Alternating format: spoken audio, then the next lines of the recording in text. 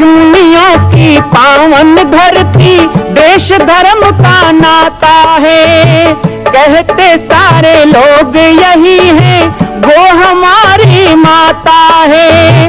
जाग उठो ओ भारतवासी, जाग उठो ओ भारतवासी, गौ पर छुरियां चलती है। बंद करो गौ माँ की हत्या, सारी जनता कहती है। बंद करो गौ माँ की हत्या, सारी जनता कहती है।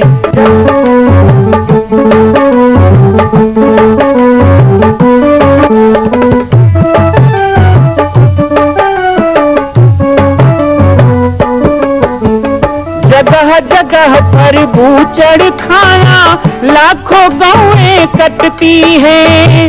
किसे सुनाए व्यथा हमारी, नैना नीर बहाती है। रक्षा करना गौ माता की,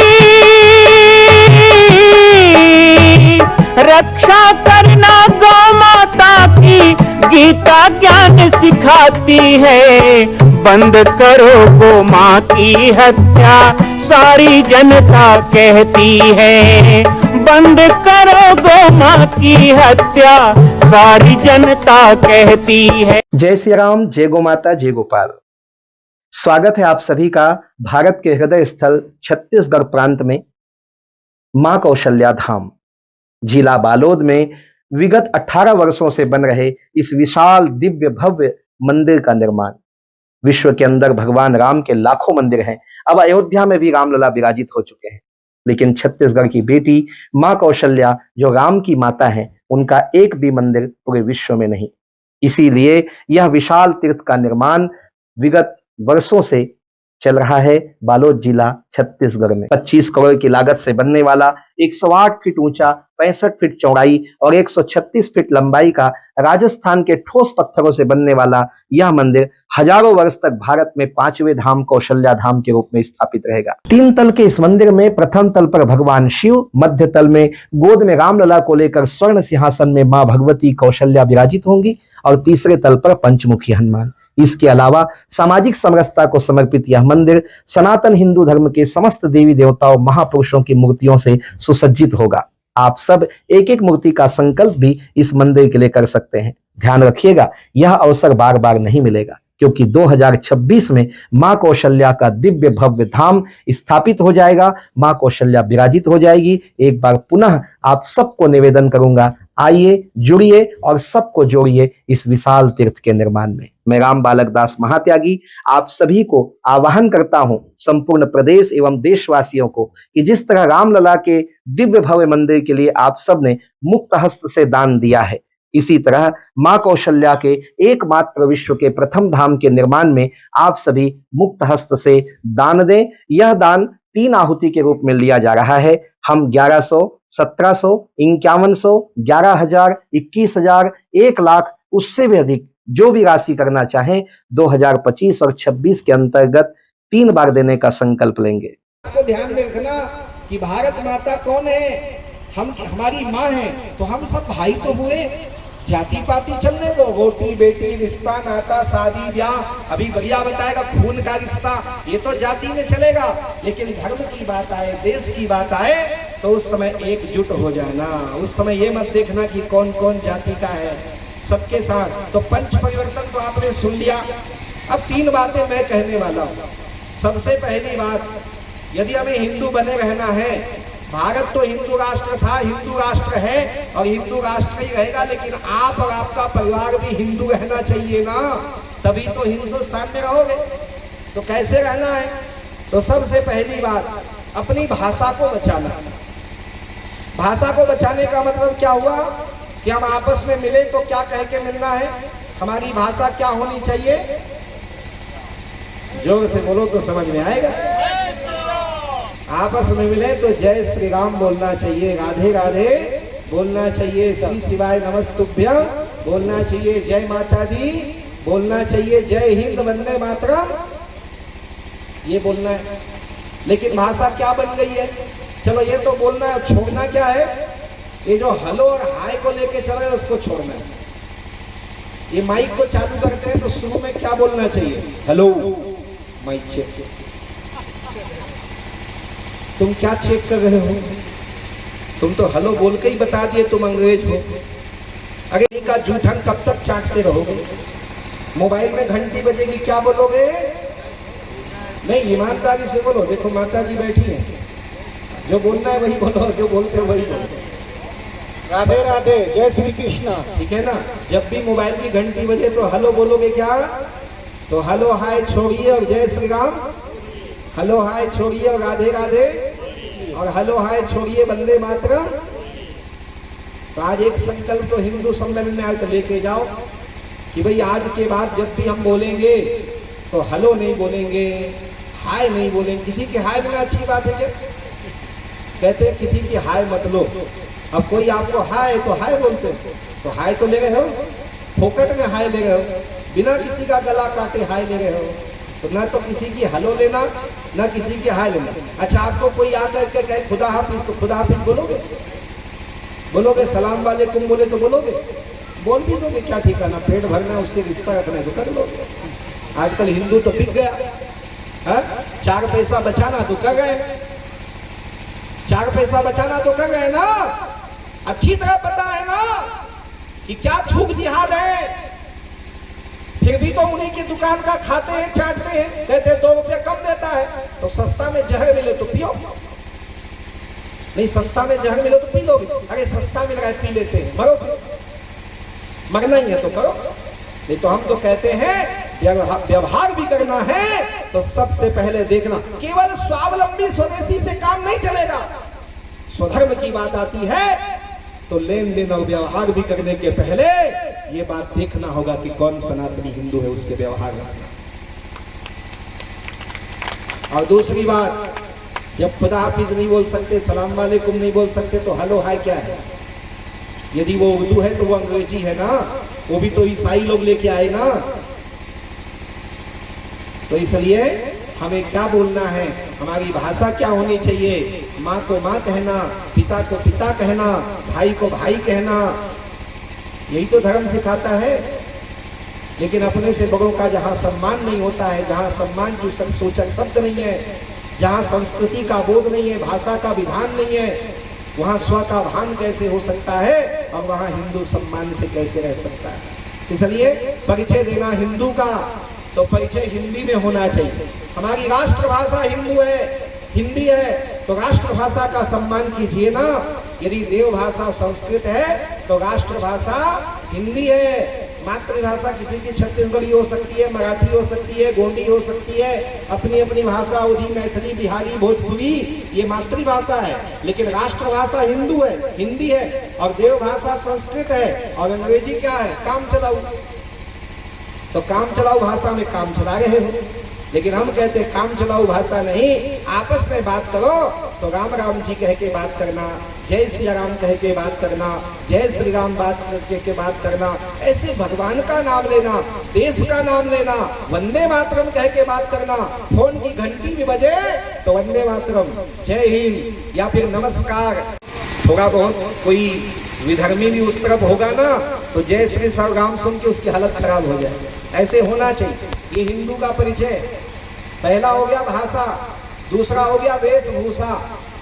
अभी कई लोग धोती पहने हैं तो कई लोग देखते हैं भाई ये लोग धोती पहन के क्यों घूम रहे हैं? क्योंकि ये सात्विक अनुष्ठान कर रहे हैं। वस्त्र भी 3 प्रकार के होते हैं, सात्विक, राजस, तामस। सात्विक कपड़ा कौन सा है? जो सिलाई ना किया गया हो। ये बिना सिले हुए धोती पीताम्बर जिसको हमने पहना, एक वो फाड़ दिया, 2 बना दिया, एक लपेट लिया, एक ओढ़ लिया, ये हो गया सात्विक वस्त्र। चाहे वो लाल हो, पीला हो, गेरुआ हो, काला हो, वस्त्र वो नहीं, रंग से नहीं, लेकिन जैसे वस्त्र का विधान है ये सात्विक वस्त्र है। और जो ऊपर से पहना जाता है, कोट है, शेरवानी है, जैकेट है, कुर्ता है, बंगाली है, ये राजसी वस्त्र। और जितना नीचे से पहना जाता है ना, वो है तामसी वस्त्र। 3 प्रकार के वस्त्र बताए गए। तो इसलिए पूजा इत्यादि विधान में धोती का विधान है कि धोती वगैरह पहन करके ही पूजा। शादी भी यज्ञ है, और पहले दूल्हे भी धोती पहन के ही यज्ञ में बैठते थे। अभी भी कई जगह होता है, जो लोग संस्कारी हैं। आजकल तो सूट बूट में जूता पहन के ही बैठा है दूल्हा महाराज, तो हवन कर रहे हैं। तो भाई ये बात थोड़ा ब्राह्मणों को भी ध्यान देना चाहिए। हम यहाँ के आचार्यों को धन्यवाद देंगे जिन्होंने संस्कृति और संस्कार को ध्यान में रखा, लेकिन कई जगह तो ब्राह्मण खुद ही जींस पहन के आरती कर रहे हैं। तो भाई जजमान का क्या हाल होगा? तो बोले आप हो जाए जजमानों खोए, आग लगा मंदिर में सोए। तो ऐसे ब्राह्मण नहीं, स्वयं राष्ट्र जागृयाम पुरोहित कहा गया। तो जजमान हो चाहे आप घर में पूजा पाठ करो, तो ऐसे होना चाहिए। आजकल हमारा भोजन अपवित्र हो रहा है, लेकिन भोजन वेश से भी होता है। इसलिए अपना जो वेश है, मैं नहीं कहूँगा सदा धोती पहनो। अच्छा, कई लोग कहते हैं कि पजामा कुर्ता भी भारतीय वेशभूषा है, वो गलत कहते हैं। यदि जींस पैंट अंग्रेज लोग लेके आए, तो ये पजामे की संस्कृति मुसलमान लेके आए। हमारे भारत में यदि भारतीय शैली का वस्त्र है, तो वो धोती हो सकता है, कुर्ता हो सकता है, बाकी पजामा पैंट जींस नहीं हो सकता। और आजकल जो फाड़ के फुटवा निकाल के बैठे रहते हैं, ये तो पूरा दरिद्री ड्रेस है ना। आपके बच्चे लोग भी तो करते हैं, आजकल तो बहनें भी करती हैं, लड़कियां भी कर रही हैं। बढ़िया ले आएंगे, फिर फाड़ फाड़ के बैठे रहते हैं। ये फैशन है, ये फैशन नहीं है, विनाश है तुम्हारा। तो इसलिए अपनी वेशभूषा को ठीक रखना। और वेशभूषा केवल कपड़े का नहीं होता है, मस्तक में तिलक लगाओ, सिर में चोटी रखो। हिंदू का पहचान क्या होना चाहिए? प्रायः यज्ञ में मुंडन क्यों किया जाता है? इसलिए किया जाता है ताकि आपकी चोटी बन जाए, क्योंकि आजकल कई लोग चोटी ही नहीं रखते, सैलून में जाके चोटी कटवा रहे हैं और कहते हैं हम हिंदू हैं। सिर में सिखाई नहीं है, मस्तक में तिलक नहीं है, माथे में चंदन लगाते शर्म आती है, सिर में चोटी रखते शर्म आती है। तो हम कहते हैं आप कैसे हिंदू हो? आपको हिंदू होने का अधिकार है। अपना वेशभूषा बना के रखें। और तीसरी बात है, अपना भोजन बचा के रखें। भोजन में तामसी भोजन करना। माँ को बलि चाहिए, लेकिन किस चीज की बलि चाहिए? मुर्गा बकरा का। जीव को माय के बलि दोगे क्या? अपने घर में किसी जीव को मारोगे तो माँ कभी प्रसन्न नहीं होगी। माँ के भक्त को चाहिए कि माँ के संतानों की रक्षा करे, हर जीव की रक्षा करना, जियो और जीने दो। यदि राम के भक्त हो तो राम सबकी रक्षा करते हैं, कृष्ण के भक्त हो कृष्ण सबकी रक्षा करते हैं, शिव के भक्त हो तो पशुपतिनाथ है, वो तो हर पशु पक्षी की रक्षा करते हैं। और यदि आप हिंदू हो तो हिंदू धर्म का तो नारा ही है, अहिंसा परमो धर्मः। हिंसा की जाती है धर्म की रक्षा के लिए, लेकिन अपना पेट भरने के लिए और ये 2 अंगुल के जीभ के स्वाद के लिए यदि जानवरों को मार के खा रहे हो, मांसाहार कर रहे हो, तो आप हिंदू नहीं हो। इसलिए शराब का त्याग करो, नशा का त्याग करो, मांसाहार का त्याग करो, और ये जो संडे हो या मंडे कर रहे हो उसका त्याग करो। समझ में आया? अंगना में जाओ तो तुलसी चौरा, फ्रिज में जाओ तो मुर्गी अंडा। और कहते भारतीय संस्कृति है, ये भारतीय संस्कृति है। खाली आंगन में तुलसी लगाने से हिंदू नहीं हो। पहले अपने घर के गंदगी को दूर करो, तब जाके तुम्हारी बंदगी भगवान को स्वीकार होगी। जब तक गंदगी जीवन में है, बंदगी स्वीकार नहीं होगी। सच्चे बंदे बनना तो गंदे मत बनो। जो गंदे होंगे वो बंदे कैसे होंगे? तो इसलिए सच्चाई और सफाई, तो ये कैसे होगा? तो भोजन पवित्र होना चाहिए, आहार शुद्धि, शराब का त्याग करो। 4 पैसा बचेगा अपने बच्चों के लिए लगाओ, यज्ञ में लगाओ, मंदिर बन रहा उसमें लगाओ। हमारे कौशल्या धाम के निर्माण में हजारों परिवार को हमने शराब छुड़वाया, और शराब छोड़ के, गुटखा छोड़ के, बीड़ी सिगरेट छोड़ के, वही 4 पैसा बचा के उन्हीं लोगों ने 5,000, 2,000, 21,000 ऐसे वहां दिया। जो कौशल्या धाम बन रहा उसमें 50,000 आप जैसे परिवार अभी तक जुड़े हैं। हम 1 लाख करेंगे उस संख्या का। हम चाहते हैं कि संपूर्ण भारतवर्ष के, केवल छत्तीसगढ़ नहीं, मध्य प्रदेश, महाराष्ट्र नहीं, संपूर्ण भारतवर्ष, लेकिन कम से कम महाकौशल मध्य भारत को तो जोड़ने का प्रयास किया जा रहा है। मैं आज यहाँ पर आया, बहुत कम समय में आप लोगों ने तैयारी भी की है, और बहुत कम समय के लिए मैं यहाँ पे आया। और कहते हैं जितना बड़ा पंडाल हो उतने तो होने चाहिए। तो ये आपका जो लंबा चौड़ा पंडाल बना है, उसी हिसाब से व्यवस्था में कोई कमी नहीं है, पूरा लबालब पंडाल भरा हुआ है। आप सब लोगों ने मेरी बात को सुना है। मैं अपनी बात को विराम दूं, उसके पहले आप सब लोगों को आमंत्रण भी दूंगा कि जैसे ग्राम देवी के रूप में यहाँ स्थापना हो रही है। ऐसे संपूर्ण भारत की देवी है माँ कौशल्या, राष्ट्र देवी के रूप में माँ कौशल्या स्वर्ण सिंहासन में वहाँ बैठने वाली है। आप सब लोग जो अभी तक कौशल्या धाम नहीं आए हैं, यहाँ से ज़्यादा दूर नहीं है, राजनांदगांव से 50 किलोमीटर। बहुत लोग डोंगरगढ़ जाते हो नवरात्रि में ना, तो डोंगरगढ़ जाते हो तो थोड़ा 60-70 किलोमीटर आगे और चले जाना। राजनांदगांव से 50 किलोमीटर आगे घनघोर जंगल में कौशल्या धाम बन रहा है। लगभग 20 साल से बन रहा है। लगभग 35 करोड़ रुपए की लागत से बन रहा है। लगभग 7 एकड़ में वो बन रहा है और वो निर्माण लगभग नवंबर तक पूर्ण हो जाएगा। और नवंबर दिसंबर में ही माता कौशल्या की, पंचमुखी हनुमान जी की, भगवान शंकर की, और इसके साथ साथ आपको जो पैम्फलेट मिला उसमें पढ़ना, जितने भी जाति पाति समाज के यहाँ बैठे हो सबकी मूर्ति वहां लग गई। मां कौशल्या के धाम का निर्माण प्रारंभ हो चुका है, अब 2026 में पूर्ण होने वाला है। अरे अंगद हनुमान नहीं तो गिलहरी तो बनिए। एक छोटा सा संकल्प आप अपने मां भगवती के लिए नहीं कर सकते हैं?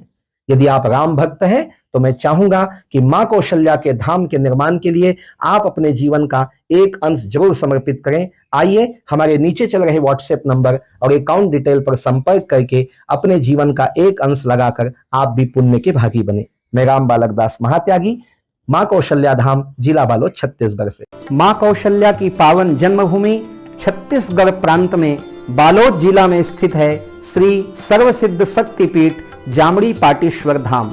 परम पूज्य सद्गुरुदेव राजयोगी बाबा जी की तपस्थली श्री पाटेश्वर धाम और विश्व के अद्वितीय मां कौशल्या जन्मभूमि मंदिर निर्माण का दर्शन करने और इसी प्रकार समसामयिक विषयों पर अपना ज्ञान वर्धन करने के लिए और 10,000 गायों के लिए बनने वाले श्री हनुमान नंदीशाला गो अभ्यारण्य का समाचार प्राप्त करने के लिए आप सभी देखते रहें YouTube चैनल पर, और हमारे चैनल को आप सभी सब्सक्राइब करें, घंटी का बटन दबाएं ताकि आप सूचनाओं से जुड़े रह सकें। जय श्री राम, जय गौ माता, जय गोपाल।